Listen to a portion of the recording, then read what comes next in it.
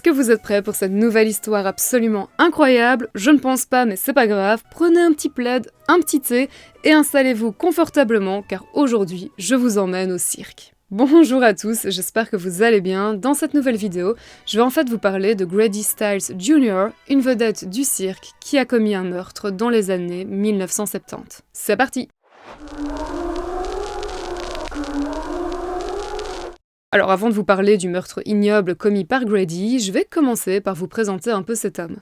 Alors, Grady Stiles Jr., il voit le jour le 26 juin 1937 à Pittsburgh dans l'état de Pennsylvanie, et comme une grande partie de sa famille, il vient au monde avec une petite particularité. En fait, Grady est atteint d'ectrodactylie, une maladie génétique rare qui peut se signaler par l'absence d'un ou plusieurs orteils ou doigts de la main. Cette maladie a rendu la famille Stiles assez célèbre dans le monde du cirque, et dès l'âge de 7 ans, Grady rejoint son père sur scène. Mais cette maladie, qui modifie la forme de ses mains et de ses pieds, a également un impact sur sa mobilité, et c'est difficile, voire impossible pour Grady de marcher. Il se déplace donc avec ses bras ou sur une chaise roulante, et du coup, les muscles du haut de son corps sont assez développés. Grady est donc assez costaud, et ce petit détail aura son importance dans la suite de notre histoire.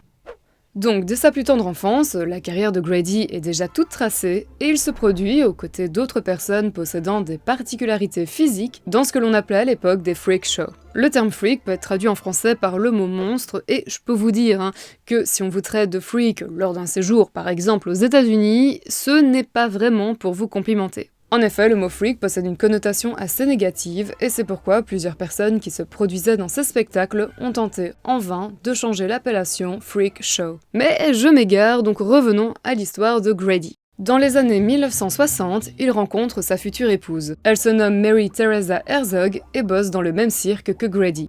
Ensemble, le couple a 3 enfants, 2 filles prénommées Donna et Katie, et un petit garçon qui perpétue la tradition en portant le nom de Grady Stiles le 3e, et ne me demandez pas pourquoi, mais cela me fait penser à cette scène dans Friends. Frank wants to name one of the boy babies Frank Jr. Jr.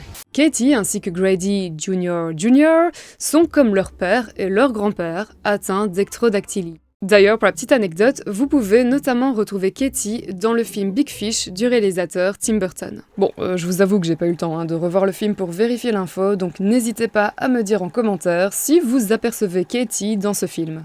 Oh, come on, I can't go back. I'm a human sacrifice. Tout comme son papa, Grady fait monter ses enfants sur scène et forme avec eux la Lobster Family, c'est-à-dire la famille de homards, animal choisi en référence à leurs mains qui peuvent évoquer les pinces du crustacé. D'ailleurs, dès sa plus tendre enfance, le surnom de Grady était The Lobster Boy, donc le garçon homard. Mais, parce que oui, il y a un mais dans cette histoire, mais derrière l'aspect jovial de Grady et son air de bon père de famille, se cache en réalité un véritable monstre. En fait, le gros problème de Grady, c'est l'alcool. Il boit énormément, et quand il est saoul, il devient violent envers sa famille, et comme je vous l'ai dit un peu plus tôt dans la vidéo, même si la mobilité de Grady est réduite, la force qu'il a gagnée dans le haut de son corps le rend malgré tout très dangereux pour sa famille. Ses enfants, mais surtout son épouse, vivent un véritable calvaire auprès de Grady, à tel point qu'après plusieurs années de vie commune, Mary Teresa met un terme à leur relation et demande le divorce. Malheureusement, Grady Stiles Jr. ne reste pas seul très longtemps et il se remarie avec une certaine Barbara avec qui il a un enfant. Contrairement à ce que l'on pourrait espérer, cette nouvelle romance ne change absolument pas Grady. Il boit toujours autant de boissons alcoolisées, ce qui le rend donc violent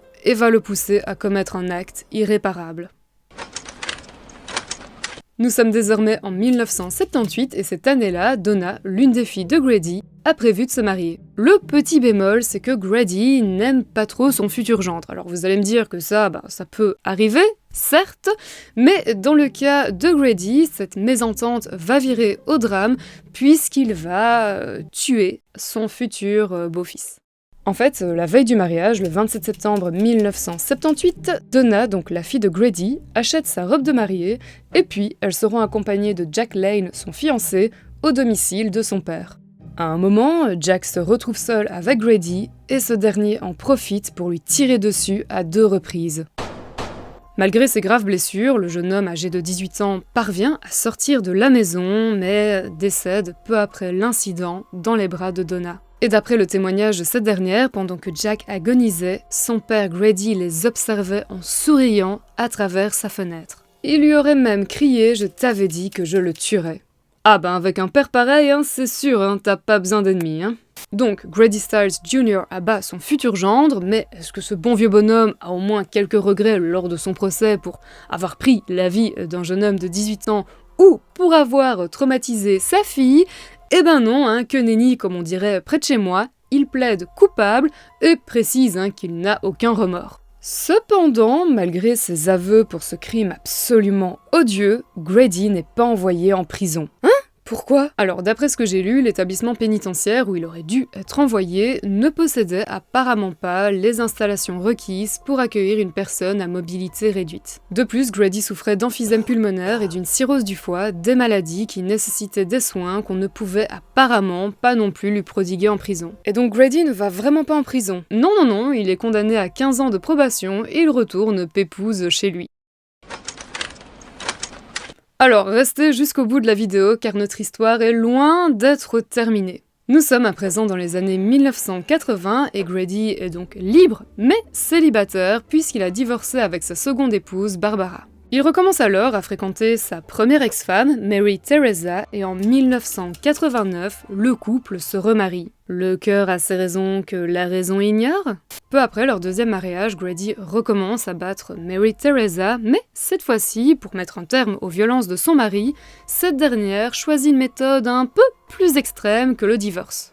En fait, Mary Teresa complote avec son fils issu d'un autre mariage, Harry Glenn Newman Jr., et en 1992, ils engagent un certain Chris Wyant pour tuer Grady Stiles Jr. Chris Wyant, qui n'a que 17 ans, est un voisin de la famille et il accepte d'abattre Grady pour 1 500 $, une somme dérisoire par rapport au risque qu'il encourt s'il tue vraiment Grady. Mais l'attrait de l'argent facile est bien trop fort, et le 29 novembre 1992, Chris Wyant s'introduit dans la caravane où vit Grady dans la ville de Gibsonton en Floride, et tire à plusieurs reprises sur celui qui fut autrefois acclamé sous le surnom de Lobster Boy.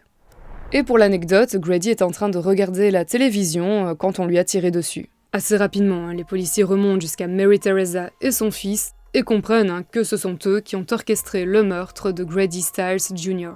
Alors petite parenthèse, mais d'après Grady Stiles le troisième, tout ceci serait faux et sa mère et son frère auraient engagé Chris Wyant pour donner une bonne leçon à Grady dans le but de l'effrayer, mais Chris aurait mal compris leur demande et tué Grady. Voilà, je ferme la petite parenthèse.